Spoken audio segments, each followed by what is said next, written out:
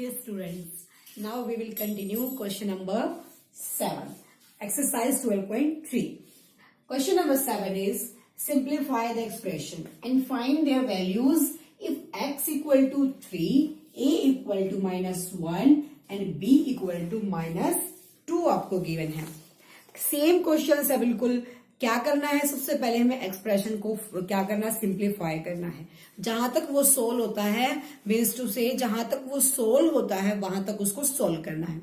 After this we will put the values of given expression.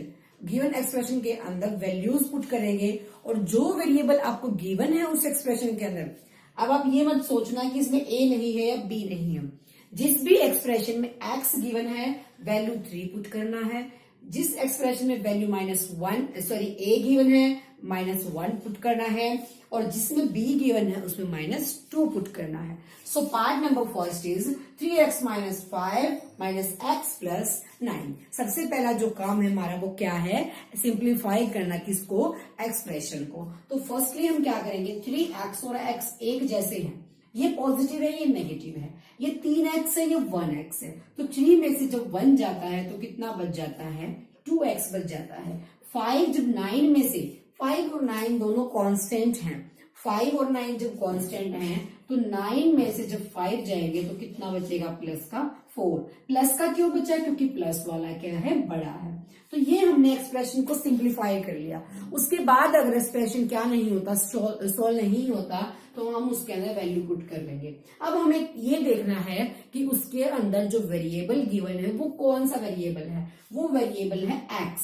तो हमें x की value क्या करनी है, उसके अंदर पुट करनी है. इसके अंदर ना तो ए गिवन है ना बी गिवन है, ओनली एक्स गिवन है. तो एक्स गिवन है तो हमें एक्स की वैल्यू 3 पुट करनी है. तो 2 × 3 + 4. 3 2 जा 6, 6 + 4 = 10 आपका आंसर आ जाएगा. So your part number this is answer is 10.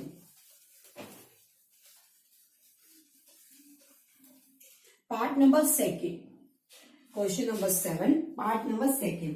2 - 8x + 4x + 4. सबसे पहला काम है एक्सप्रेशन को सिंप्लीफाई करना. वही बात बार बार रिपीट करती जा रही हूं क्योंकि आपको बार बार वो बात पता होनी चाहिए. जब आप स्टेटमेंट राइट करते हैं किसी भी क्वेश्चन की तो ये बात आपके माइंड में होनी चाहिए कि सबसे पहला काम जो है हमारा उस एक्सप्रेशन को सिंप्लीफाई करने का है. जहां तक वो सोल्व होती है उसको वहीं तक सोल्व कीजिए. अब यहाँ हमारे पास ये एक्सप्रेशन गिवन है, हमें सबसे पहले इसको सिंप्लीफाई करना है. जो सेम चीजें हैं उनको ऐड करो, सब्ट्रैक्ट करो या मल्टीप्लाई जो होता है उसको पहले वो करो. अब जैसे 2 कांस्टेंट है, 4 भी कांस्टेंट है और दोनों प्लस के हैं तो ऑब्वियस है कि दोनों ऐड होंगे. तो 2 और 4 कितना हो जाएगा, 6 हो जाएगा. अब जो 8x है और 4x है दोनों क्या है, वेरिएबल वाले हैं और सेम वेरिएबल है. तो 8 माइनस का है और बड़ा है तो जो आंसर आएगा वो माइनस में आएगा. तो 8 में से जब 4 जाएंगे तो हमारे पास माइनस का 4x बचेगा. हमने कर लिया इसको सिंप्लीफाई. अब हमें देखना है कि उसके अंदर जो वेरिएबल गिवन है वो x है. तो वैल्यू हम क्या पुट करेंगे, उसकी x की वैल्यू पुट करेंगे. x की वैल्यू 3 गिवन है तो 6 - 4 × 3. 4 3 जा 12. तो 6 - 12 = -6 आपका आंसर आ जाएगा. Okay students, now part number 3 is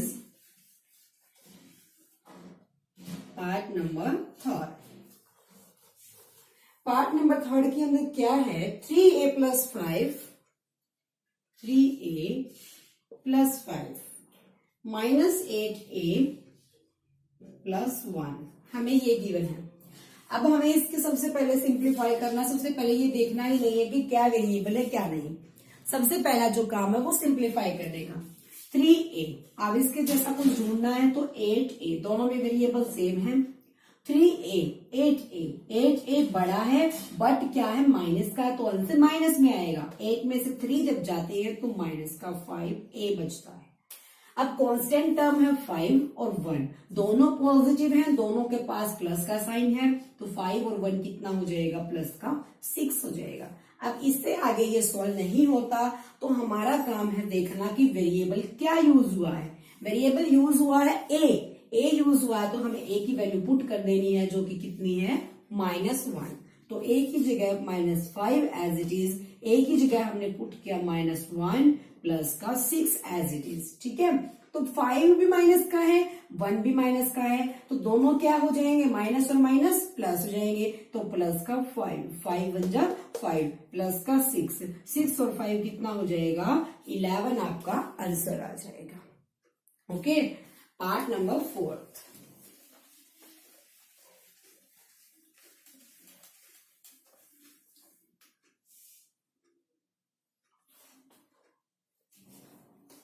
ten minus 3b -4 -5b। ठीक है, अब सबसे पहले simplify the expression and find there values. Simplify, 10 constant है, -4 कांस्टेंट है, 10 बड़ा है -4 से और पॉजिटिव भी है, तो वैल्यू जो आंसर आएगी वो पॉजिटिव में आएगी। 10 में से जब 4 जाएंगे तो हमारे पास 6 बचेगा। अब -3b -5b दोनों नेगेटिव के हैं और दोनों सेम वेरिएबल के साथ हैं, तो -3 एंड -5 जब दो चीजों को ऐड करनी है और दोनों का साइन माइनस है तो आंसर भी आपका माइनस में आएगा और दोनों ऐड हो जाएंगे। 5 और 3 कितना 8b हो जाएगा। अब नेक्स्ट जो हमारा स्टेप है वो ये है, हमें ये देखना है कि वेरिएबल हमारा b यूज हुआ है, तो हमें वैल्यू किसकी पुट करनी है b की, जो कि कितनी है -2, तो 6 - 8 मल्टीप्लाई -2, तो 6 - 8 2 जा 16, 8 to 16 8 माइनस का है और पहले ही -8 8 to 16 माइनस का 16 आ जाएगा, माइनस और माइनस प्लस, तो 16 और 6 22 आपका आंसर आ जाएगा। Okay, so your part number 5 is